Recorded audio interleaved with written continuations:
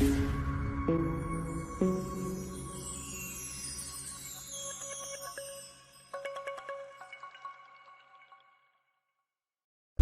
عليكم.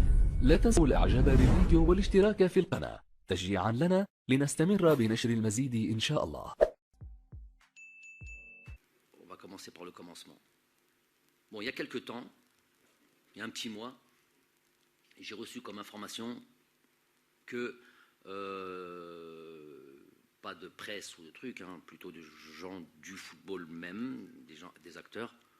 Arrêtez 2 secondes. C'est qui fait ce bruit là avec le téléphone? On me dit voilà que voilà, faites attention, coach.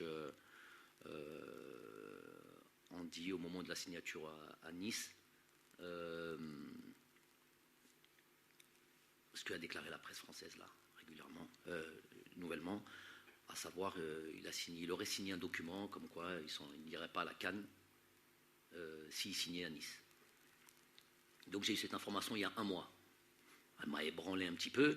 Je me suis dit, moi je ne crois que ce que je ne vois, en tout cas pour ce genre de choses. Donc j'ai dit wait and see, on attend et on verra. Maintenant la CAN, ça ne sert à rien d'aller gratter, malgré que c'est pas, ça suffit à m'interpeller. Il s'avère que donc il était comme toutes les listes, toutes les dates FIFA qu'il y a eu depuis son arrivée à la CAN 2019, avant la CAN 2009, excepté, je vais être très précis dans les mots et dans les dates, excepté la date du mois de mars, quand il y a eu l'histoire du Covid, où je vous avais dit, mais ça avait fait une polémique, il y a eu 2 formes de réaction en fonction de la date, en fonction de cette date FIFA, quand la Fédération française, dans un premier temps, s'était octroyé le droit de ne pas libérer les joueurs pour cette date FIFA, par rapport à la situation sanitaire, et que la FIFA est intervenue. Donc dans ce premier temps, c'était les joueurs qui devaient un peu se démener. Et je vous avais parlé un peu du cas de Islem et de même Aris Belkebla. Et je voyais que Islem se bagarrait. Et j'avais 2 réactions. Elles étaient claires. Un, le club ne veut pas, c'est fini.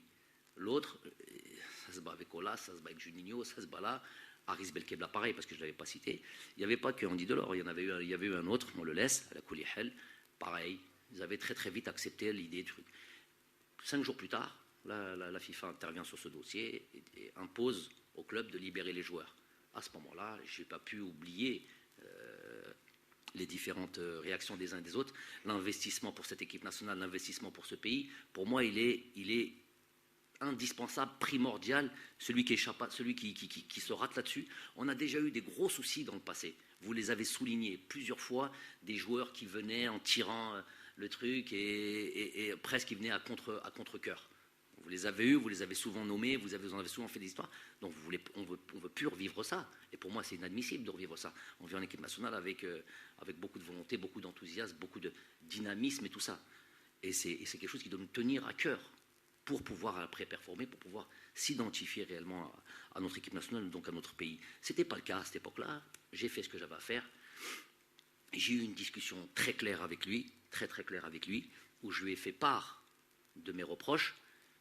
Il n'a pas eu de réponse à ça, rien dit, et il est revenu en sélection. Ça.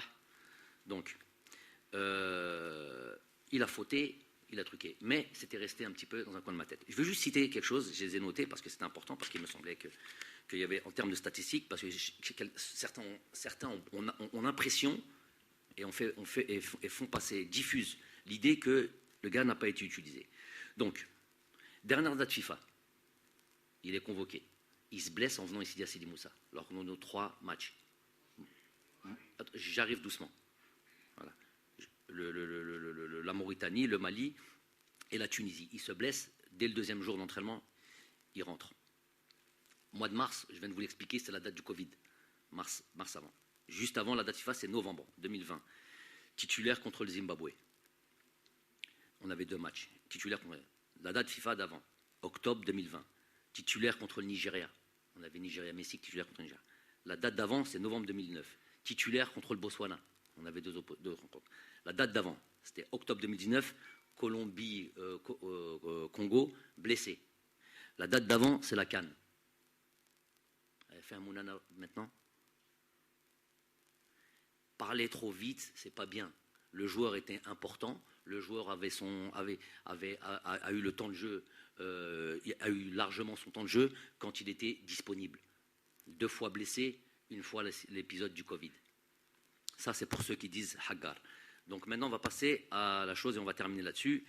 Le joueur m'appelle, il y a 4-5 jours, ne m'appelle pas, m'envoie un message d'abord en me disant ce genre de discussion, j'en ai 1 million depuis ma prise de fonction. Jamais vous aurez les tenants et les aboutissants d'une discussion privée avec un joueur.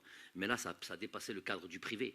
Il ne s'agit pas de Jamel Belmadi, il s'agit de la sélection nationale, donc du pays. Ça fait tellement de remous et tellement tout le monde en parle que je vais vous dire exactement ce qu'il en est. Parce que normalement, il devrait aller vous dire ça à vous, même pas à moi.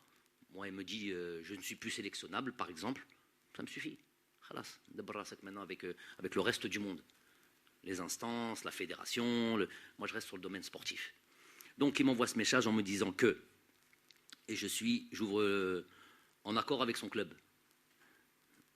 Et là j'ouvre les guillemets, privilégie son club, parce qu'il veut réussir ce challenge, d'arriver dans son club et de devenir titulaire à part entière, parce qu'il estime qu'il allait devoir se battre avec Dolberg et Gouiri. J'ouvre les guillemets, hein. C'est lui qui parle maintenant. Que pour ça, il devait mettre l'équipe nationale entre parenthèses. Mais uniquement pendant 1 an. Vous vous en parlerez entre vous après. Et évidemment, et pas de Cannes. Voilà. Donc ce qui m'avait été dit 1 mois plus tard, 1 mois plus tôt, a été confirmé par le joueur lui-même. Il était dans cette liste comme toutes les listes depuis le fait qu'il soit algérien. De facto, évidemment plus sélectionnable. Peut-être dans 1 an, peut-être après 1 an, peut-être avec quelqu'un d'autre, j'en sais rien. Mais moi, les choses sont évidentes pour moi en tous les cas. Qu'est-ce que j'ai envie de dire ? Les joueurs, suite à ça, évidemment, on a eu une discussion. Ce genre de choses ne s'envoie pas par message, ce que je lui ai signalé. Et je ne vous dirai pas tout le contenu de la discussion, c'était très houleux.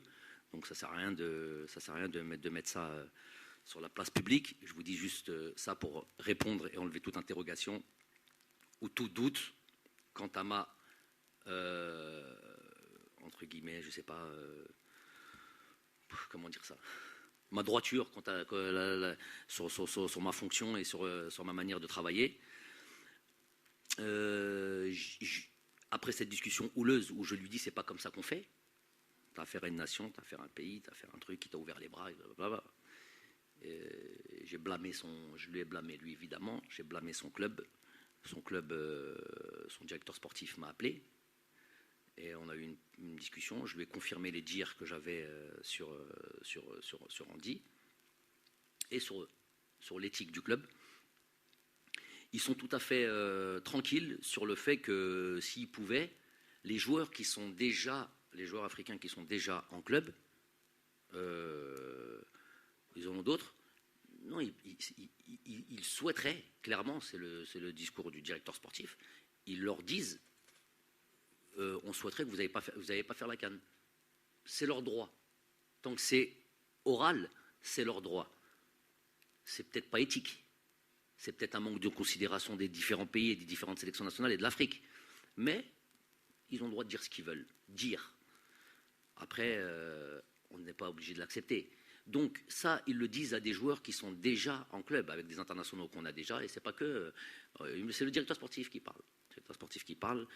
On a dit ça à tous nos internationaux africains. On leur dit, voilà, on souhaiterait que vous ne faites pas la CAN, mais si le joueur a envie de l'aider, il y va. Alors imaginez le joueur qui n'a pas encore signé. Les joueurs qui sont déjà là. On leur dit de ne pas faire la CAN. Imaginez le joueur qui n'a pas encore signé et qui arrive pour signer. Un jeu international africain.